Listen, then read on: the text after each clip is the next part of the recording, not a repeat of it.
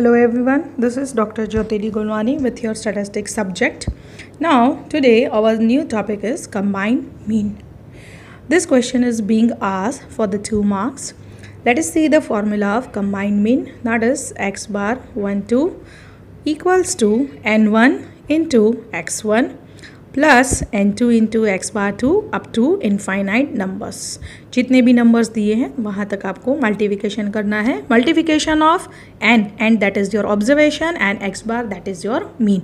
तो you can see over here n1 multiplied by x bar 1 plus n1 multiplied n2 multiplied by x bar 2 divided by the number of observation. तो see divided by over here n1 plus n2 up to infinite numbers. जितने भी numbers आपको दिए हैं, जितना भी x बार आपको दिया है उसको मल्टीप्लाई करके करना है एडिशन.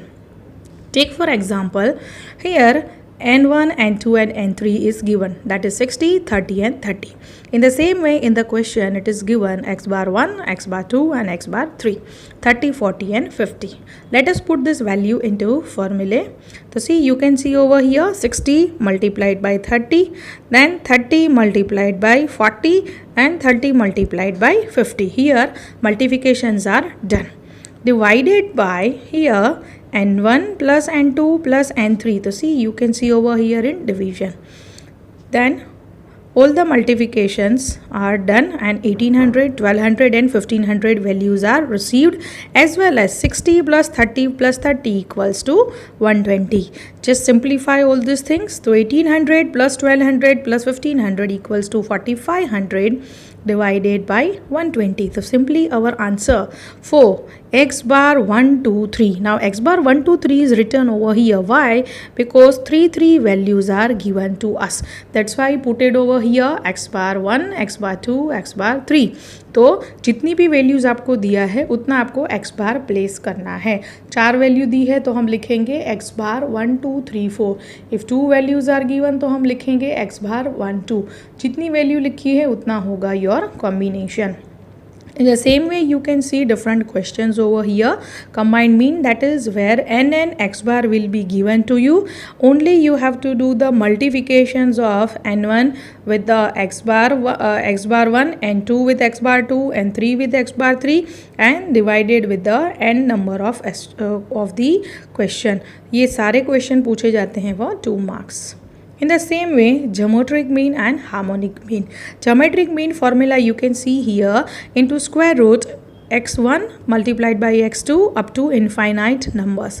जितने भी x दिए हैं सबको प्लेस कर देना है into square root and here it is divided by n. And that is जितना भी वहाँ पे आपको नंबर दिया है वो यहाँ पे प्लेस कर देना है. If 4 values are given then put 4 values over here. If 5 values are given then put 5 values over here.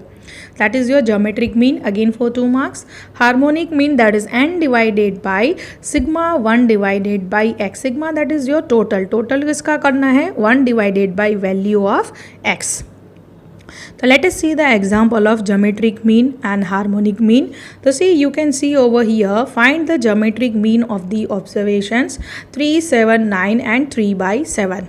We have put it these values over here as x1 multiplied by x2 multiplied by x3 multiplied by x4 और यहाँ पे place कर देना है 3 multiplied by 7 multiplied by 9 multiplied by 3 by 7. तो value received is 81. Here we have put it 4 that is 4 observations are given to us. Now in your calci if you put 81 and if you do square root twice तो आपको यहाँ पे answer मिल जाएगा 3. And if you are not able to do it with the calci then finally you can put here like this only, that is into square root 81 by 4. In the same way another question is also given, that is explained in the classroom. Now moving further with the harmonic mean. Again for the 2 marks, values are given.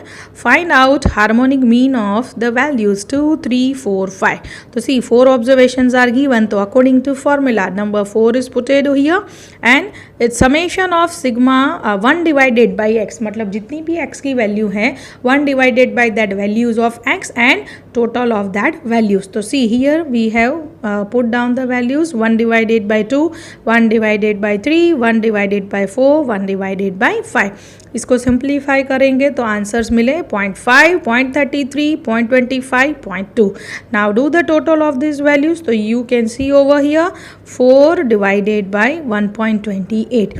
तो harmonic mean का answer कितना मिलेगा 3.125. In the same way, another question given, values are given, just n equals to put the values, divided by 1 divided by x, तो 1 divided by all the values, that is 284. यहाँ पे place कर दो तो आपका answer मिल जाएगा after simplification. Now moving further to the two missing frequency. दो missing frequency दी होती है तो कैसे कैलकुलेशन करना है. You can see question here. In the frequency distribution of 100 family given below, number of family related with daily expenses group are missing from the table. The median to 50 and find out the missing frequency. Two values are given to us, 100 मतलब n is given to us, as well as median is given. Median is given 50. Median हमें 50 दिया है. ये दो चीज़ें दी हैं. With that question is given class and frequency. Class is 0 to 20, 20 to 40, 40 to 60, 60 to 80, 80 to 100. Frequency 14. One value is missing. That missing value is assumed as x. Another value given 27. Next value is given question mark, which is assumed as y, and last value is given 15. What we have to do, as we receive the question, do the total of frequency first. So 14 plus 27 plus 15, इसका total कितना होगा 56 plus x plus y. तो यहाँ पे हमने place कर दिया है 56 plus x plus y. This is put it over here. Now, after having these values, तो see n is given in our question. You can see here n is 100. तो हमें क्या करना है 56 प्लस x प्लस y करेंगे तो हमारा total कितना हो जाना चाहिए 100. तो now this is going to be our equation number 1. तो देखो कैसे यहाँ पे सॉल्व करना है. 56 plus x plus y equals to 100 ये दिया है. अब इसको सिंप्लीफाई करें तो this x plus y is taken to one side and 100 minus 56 is taken to the another side. तो हमें कितना मिलेगा x plus y equals to 44. That means x and y जो हमने एज्यूम किया है वो दोनों का टोटल मिलके कितना होना चाहिए 44. This is our equation number 1. But now to go ahead, we have to prepare another equation or we have to put another formula. So see, we can check over here. Our median is given 50. Median हमें 50 दिया है तो we can use the formula of median. जो भी वहाँ पे answer दिया है उसकी फॉर्मूला प्लेस करनी है. मीडियन दिया तो मीडियन की फॉर्मूला, मोड दिया तो मोड की फॉर्मूला, मीन दिया तो मीन की फॉर्मूला. तो now median is given over here. तो median formula for class is puted here. m equals to l plus n divided by 2 minus cf divided by f into I. Now what is our L? You know very well, lower limit of the class n divided by 2 minus cf divided by f into I. तो यहाँ पे हमें पहले class नहीं ढूंढना है तो क्या करेंगे हाईएस्ट फ्रीक्वेंसी. क्लास क्यों नहीं ढूंढना है क्योंकि यहाँ पे n की दो वैल्यू मिसिंग है तो सीधा ले लेना है ऐसे टाइप के सम में highest frequency. Highest frequency is 27. उसके सामने वाला जो क्लास है दैट इज़ योर क्लास. वही जो आपका 27 है दिस इज़ योर फ्रीक्वेंसी. और एक काम करना है क्यूमुलेटिव फ्रीक्वेंसी हमें कैलकुलेट करना है. तो क्यूमुलेटिव फ्रीक्वेंसी कैसे करना है आपको आता है तो नॉट टीचिंग इट अगेन. ठीक है. अभी ये क्यूमुलेटिव फ्रीक्वेंसी जो है उसकी अबाव जो फ्रीक्वेंसी है it is going to become your CF. आपको अगर क्यूमुलेटिव फ्रीक्वेंसी नहीं आता तो आप आगे के वीडियो देख सकते हो. It is available over there. Again repeating, firstly take your highest frequency here, it is going to be your F. उसके सामने वाला क्लास आपका class and the above frequency cumulative frequency is going to be your CF. What we have to do, we have to put all this value over here. Now class is you can see 40 to 60. तो lower limit of the class कितना होगा 40. ये class का 40. 100 divided by 2. n तो आपका दिया है question में 100 तो 100 divided by 2 minus above cumulative frequency. तो देखो अबाव क्यूमुलेटिव फ्रीक्वेंसी हमारी कौन सी थी यहाँ पे 14 प्लस एक्स, तो यहाँ पे हमें रख देना है 14 plus x into bracket, and when you are going to open this bracket ये क्या हो जाएगा 14 माइनस एक्स, तो इसके लिए डायरेक्टली यहाँ पे प्लेस किया है 14 minus x divided by frequency, तो फ्रीक्वेंसी कितना है ये क्लास का 27, it is puted over here multiplied by i, तो आई कितना है this is difference of the group, तो ये आपका हो जाएगा आई, तो 40 to 60 कितना है 20। अभी इसको सिंप्लीफाई करना है, ये पहले पूरा हम राइट हैंड साइड का प्लस के राइट हैंड साइड का इक्वेशन सॉल्व करेंगे, तो सी 100 डिवाइडेड बाई 2 कितना होगा 50, minus 14 minus x divided by 27 multiplied by 20। ना 50 माइनस 14 माइनस एक्स, तो कितना मिलेगा आपको, पहले राइट हैंड साइड ही सॉल्व कर रहे हैं, 36 minus x divided by 27 multiplied by I. अभी सीधा सीधा हम सिंप्लीफिकेशन करेंगे, कैसे करेंगे, तो सी मीडियन आंसर इज़ व्हाट 50 यहाँ पे रख दिया है, 40 एज इट इज़, और ये जो इक्वेशन है और ये जो वैल्यू है एज इट इज़ रख दिया है। Now 40 is in plus over here, अभी ये पूरा सिंप्लीफाई हो गया, इसके आगे नहीं बढ़ सकता, तो अभी क्या करेंगे 40 is over here in plus, we are going to take this 40 to the next side, तो क्या होगा 50 minus 40 and this equation as it is again 36 minus x divided by 27 into 20। Now आपको पता है 50 माइनस 40 करेंगे तो कितना बचेगा 10।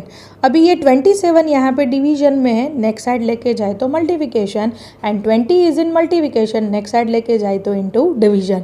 ये रूल है मैथमेटिक्स का, डिवीजन में है वो मल्टीप्लाई होता है और मल्टीप्लाई है वो क्या होता है डिवाइड। तो सी 50 माइनस 40 दैट इज़ 10, देन 10 यहाँ पे 27 डिवीजन में है, नेक्स्ट साइड जाए तो मल्टीप्लिकेशन, तो 10 divided multiplied by 27 divided by ये वैल्यू क्या कर दोगे 20, तो सीधा सिंपली आपका आंसर आ जाएगा। इसके लिए यहाँ पे एक्सप्लेन करके बता रही हूँ, तो आप यहाँ पे देख सकते हो आंसर आपका आ जाएगा ये वाला 13.5। ये पूरा इक्वेशन वापस बताती हूँ, 50 minus 40 that is 10, 10 multiplied by ये डिवीजन में है, यहाँ पे करो तो मल्टीप्लिकेशन, डिवाइडेड बाय ये 20 है वो डिवीजन में है, यहाँ पे ले लो तो 20। ये पूरे को सॉल्व करोगे तो आंसर कितना आ जाएगा आपका, it is shown over here as 13.5 equals to 36 minus x as it is. ठीक है, नाउ ये x है वो नेक्स्ट साइड लेके जाओ, माइनस है तो प्लस हो जाएगा, this take this it to this side, 13.5 ये साइड लेके आ जाओ, तो x इक्वल्स टू 36 माइनस 13.5, तो आपका x कितना मिल जाएगा 22.5। अभी x का वैल्यू मिल गया तो अभी y का वैल्यू भी मिल जाएगा, कैसे, one equation is here calculated by us, x plus y equals to 44। अब इसमें से हमें x मिल गया है, what is our x 22.5, ये x हमें मिल गया है। अब put the value of x over here, तो x equals to 22.5, y as it is equals to 44। अब क्या करना है, y को एक साइड ही रखते हैं, ये 22.5 है, it is taken to the next side, तो y इक्वल्स टू 44 माइनस 22.5, तो y का वैल्यू कितना मिल गया 21.5। अब ये दोनों का अगर आप टोटल करके देखोगे तो ये टोटल आपका मिल जाएगा अकॉर्डिंग टू इक्वेशन 44। ठीक है, so this is what, in this way we have to calculate two missing frequencies. Other questions are given in the same way, so go through these questions and calculate all the questions. Now here concluding with our this chapter, in the next chapter you will go with the measures of dispersion. So till next chapter, stay tuned, goodbye.